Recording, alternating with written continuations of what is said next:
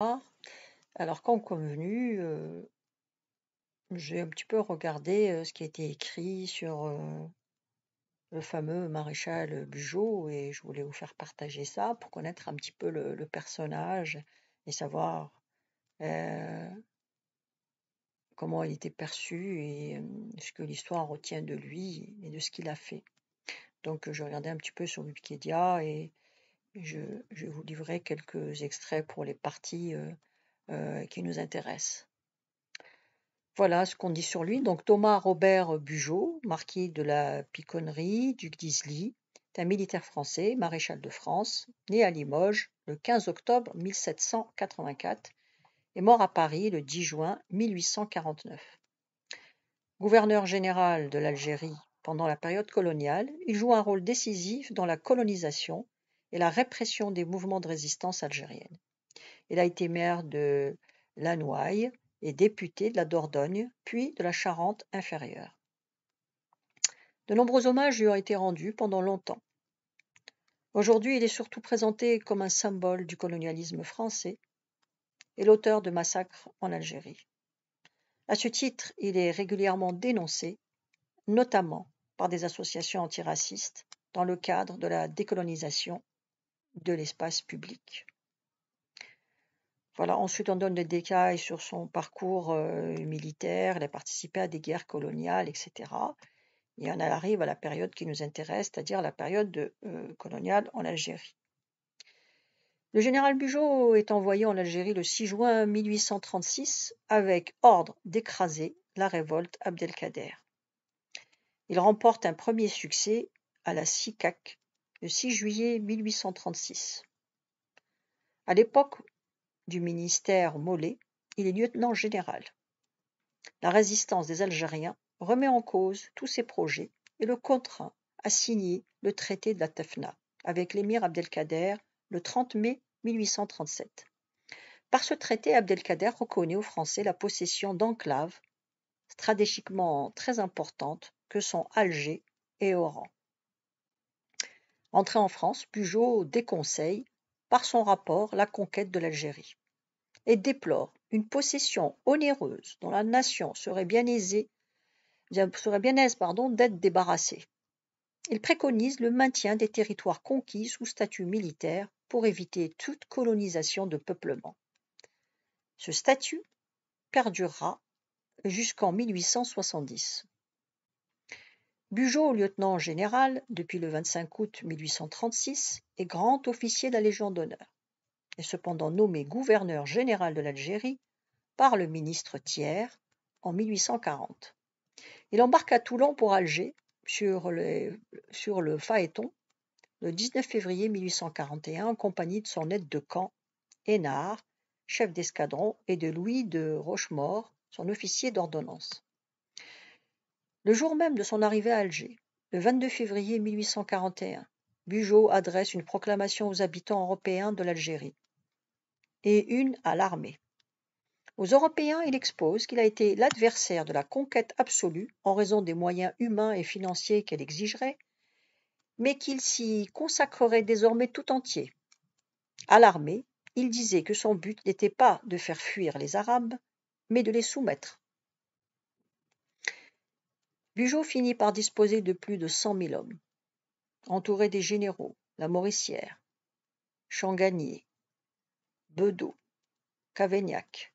Bugeaud emploie de nouvelles méthodes de guerre inspirées de son expérience dans la lutte contre les partisans pendant la guerre d'Espagne.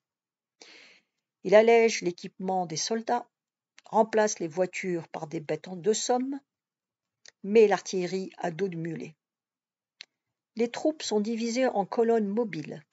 Elles pourchassent les combattants arabes par une incessante offensive et pour les affamer, font le vide devant eux, incendiant les villages, raflant les troupeaux. C'est la politique de la terre brûlée et des grottes enfumées. Le but n'est pas de courir après les Algériens, ce qui est fort inutile. Il est d'empêcher les Algériens de semer, de récolter, de pâturer, de jouir de leurs champs. Allez, tous les ans, leur brûler leurs récoltes, ou bien exterminez-les jusqu'au dernier. Si ces grédins se retirent dans leurs cavernes, imitez Cavagnac au Sbéra, fumez-les à outrance comme des renards. La pacification en Algérie connaîtra ses épisodes les plus sanglants, parce qu'il sera appelé par les historiens les enfumades, qui ciblent aussi la population civile. À Paris, on s'indigne lorsqu'on apprend les enfumades des grottes de Dara. Le prince de la Moscova, fils du maréchal Ney, fait une interpellation à la Chambre des pairs. Le général Bugeaud, interpellé, en assume la responsabilité et répond au ministre. Et moi, je considère que le respect des règles humanitaires fera que la guerre en Afrique risque de se prolonger indéfiniment.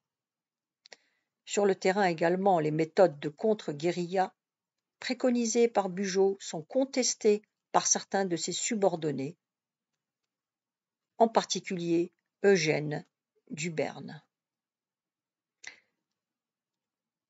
Le rosériste Flon lui dédie une rose en 1843 sous le nom de maréchal Bugeaud.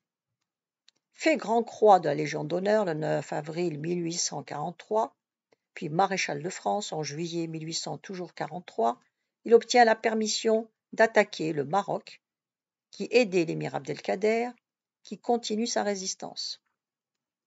Le 14 août 1844, les troupes marocaines sont surprises par Bugeaud sur l'Oued-Isli, non loin de la frontière. La victoire des Français obligera le sultan du Maroc à changer de politique vis-à-vis de la résistance algérienne, acceptant de collaborer avec la France. Cette victoire lui vaut le titre de duc d'Isli. Il traque ensuite Abdelkader, qui doit se rendre en 1847. La préoccupation constante de Bugeaud est d'associer l'armée à la colonisation. L'armée est tout en Afrique, disait-il. Elle seule a détruit, elle seule peut édifier, elle seule a conquis le sol, elle seule le fécondera par la culture et pourra, par les grands travaux publics, le préparer à recevoir une nombreuse population civile. L'occupation se double d'un effort de colonisation agricole avec la création des bureaux arabes. Il restera toute sa vie fidèle à sa devise « Hans et Aratro », par l'épée et par la charrue. En raison du différend entre Guizot et lui, né de l'expédition en Kabylie, et de leur conception divergente de la colonisation, il est remplacé en septembre 1847 par le duc d'Aumale, qui lui permettrait, selon l'expression de Guizot, de venir jouir de sa gloire en France. Son rôle en Algérie lui vaudra de figurer dans la célèbre chanson militaire de l'armée d'Afrique intitulée « La casquette du père Bugeaud ». Il a eu pour aide-de-camp le capitaine Louis-Jules Trochu, qui, devenu général, assurera le commandement de la défense de Paris lors du siège de 1870-71. Alors j'ai remplacé des fois les termes arabes par algériens parce que je trouve que c'est un peu vague et que c'est important de redonner cette identité algérienne au peuple algérien. Voilà. Ça donne un petit peu une idée du personnage et comment les choses se faisaient un petit peu à l'époque. Et puis contrairement à ce qu'on croit, il y a quand même eu des gens qui se sont plaints, et des gens aussi qui n'étaient pas forcément d'accord avec sa position. Après, bon, c'est l'époque aussi était si cruelle, mais enfin, plus tard, la cruauté continue jusqu'à nos jours, malheureusement. Et c'est toujours une bataille de vouloir remettre les choses et dire les choses telles que se sont passées. Voilà. Ensuite, hommage posthume. Donc, il a eu des hommages et c'est important, postérité et puis controverse, évidemment. Une médaille posthume à l'effigie du maréchal a été exécutée peu après sa mort par le graveur Louis Merlet. Un exemplaire en est conservé au musée Carnavalet.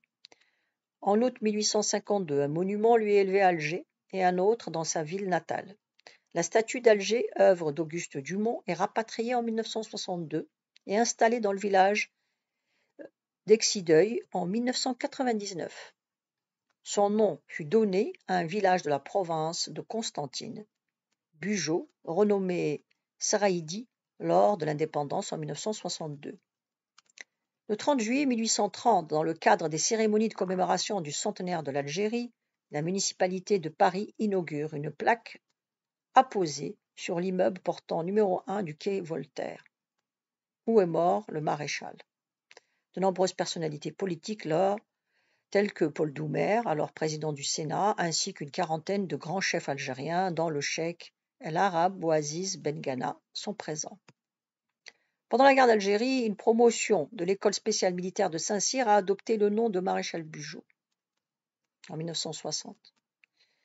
Une rue du 6e arrondissement de Lyon porte son nom, ainsi qu'une rue dans une école du 3e arrondissement de Marseille, une rue à Brest, un cours à Limoges et la place centrale de la ville de Périgueux, où est inaugurée le 5 septembre 1853 une statue monumentale réalisée par Auguste Dumont en hommage à l'ancien député de la Dordogne.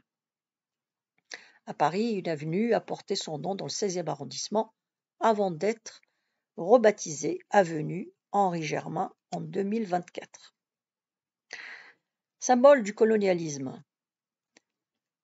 Symbole du colonialisme français et de la violence des conquêtes coloniales, la figure du maréchal Bugeaud est désormais décriée du fait de la xénophobie, du suprémacisme et du racisme qui auraient été à l'impulsion des différents crimes de guerre commis en Algérie. Lors de la séance du 21 mai 2021, le conseil municipal de Marseille décide de renommer l'école Bugeaud au nom du caporal Ahmed Litim, tirailleur algérien, tué lors des combats de libération de Marseille le 25 août 1944. La plaque est dévoilée le 10 novembre 2022. Tout comme à Marseille, eu égard à la brutalité du personnage lors de la conquête de l'Algérie, le nom de Bugeaud est contesté à Périgueux, où dans la nuit du 6 juillet au 7 juillet 2020, peu après le meurtre de George Floyd, les artistes ANX et Clémer du collectif Admer installent une corde autour du cou de la statue de Bugeaud afin de provoquer un débat sur sa présence. La corde est retirée le 10 juillet 2020 et la mairie choisit finalement de ne pas déboulonner sa statue qui trône au milieu de la place portant son nom. Par contre, elle appose un panneau pédagogique le 5 septembre 2023, exactement 170 ans après son inauguration, présentant l'histoire de la place, la fabrication de la sculpture et expliquant que ce militaire, érigé en héros dans la France du XIXe siècle, est un homme condamnable lié à l'histoire coloniale de la France, notamment pour les enfumades et les massacres de tribus entières en Algérie. Sous l'impulsion de l'adjointe communiste à la mairie de Paris, en charge de la mémoire et du monde combattant, Laurence Patrice, l'avenue Bugeaud est renommée avenue Hubert Germain par délibération du Conseil de Paris du 11 juillet 2024. Voilà, la boucle est bouclée, disant comment petit à petit les choses bougent lorsque des gens interviennent, lorsque où il y a des manifestations pacifiques, où les gens prennent conscience des choses et finissent par réaliser qu'il y a des aberrations à mettre des statues, à mettre des rues au nom de criminels de guerre, etc. Alors pourquoi je vous ai parlé de ça? Parce que j'ai découvert hier qu'il y a eu à Lyon, tout à l'heure je vous ai lu les endroits où il y avait ces statues, dans un article dans Le Progrès. Donc je vous le livre tel que je l'ai et tel que je l'ai découvert. Un collectif qui réclame que la rue Bugeaud, qui porte le nom d'une figure de la colonisation de l'Algérie, soit débaptisée.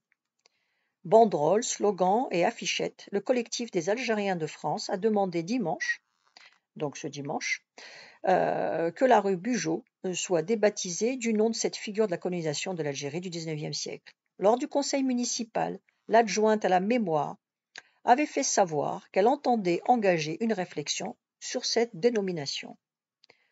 Voilà, l'article date du 19 novembre 2024, comme quoi en agissant pacifiquement, en prenant conscience, on peut faire bouger des choses et avancer, heu, pour justement, toujours, dans le but de cette réconciliation. Mais pour se réconcilier et pour avancer, il faut, reconnaître, les crimes. Voilà, merci pour votre attention et comme d'habitude, vous pouvez vous abonner si vous en avez envie. À bientôt.